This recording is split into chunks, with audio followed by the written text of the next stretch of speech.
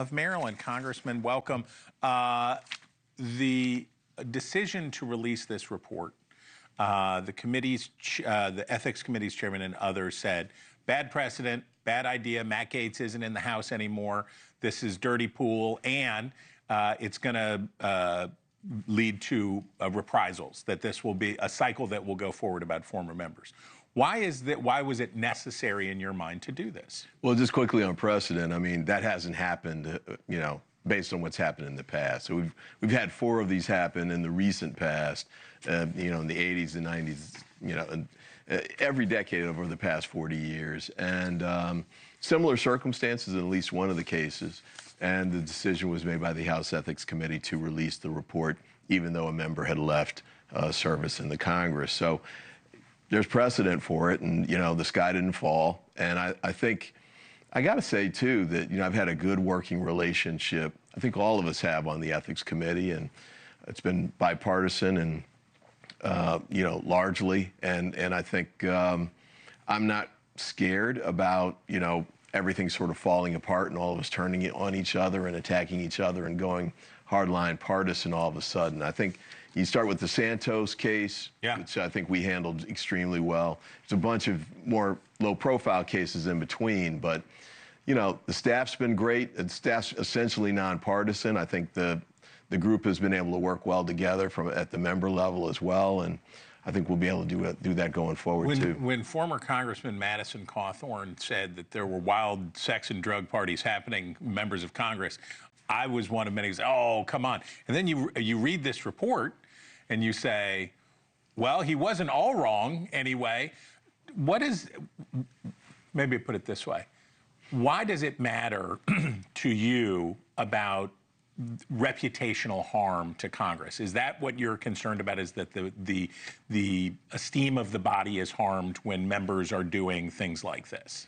I mean, to some extent, but I think the larger issues are making sure that the members who are either in the Congress now or will be in the near future understand where we're drawing the lines and how we're calling the balls and strikes, and issuing reports is one way to do that. They get a chance to see how we work through some of these issues, and some of them were obviously over the line, but there's lower level stuff that hasn't gotten the media attention, but it's relevant for members to figure out. And the other part is I really do think the public has a right to know, especially when the allegations are of this magnitude and this nature.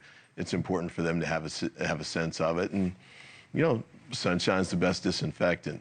So turning to less salacious matters, your conference's leader, Hakeem Jeffries, said no help from Democrats is coming to Mike Johnson if he gets stuck trying to win another term as Speaker.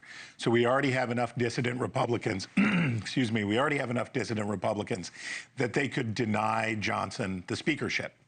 And Hakeem Jeffries says, we're not coming in to bail him out. Is that the right choice? I mean, we'll see. Hopefully this isn't going to be the same thing we had in my first term. We had these families come up to have their be present at the swearing in, and it took 5 days and 15 votes, and most of them had to go home. But my hope would be that the Republicans get their act together and figure out how to do these things. I got to say, the handling of the CR last week was not a good omen for things to come. So, and that was because they had a deal. Johnson had made a deal with Hakeem Jeffries. Jeffries had brought it to your conference and said, this is what we're working with, and then that just went away. I think that's a big part. So that was part one, and then, Elon and Donald decide, from the rafters somewhere that they want to kill it, and the Republicans go with that. But phase two, when they rolled out that bill that had the Trump-Musk, things in it, they didn't even call Hakeem before they brought that to the floor. We had to figure it out while he was speaking.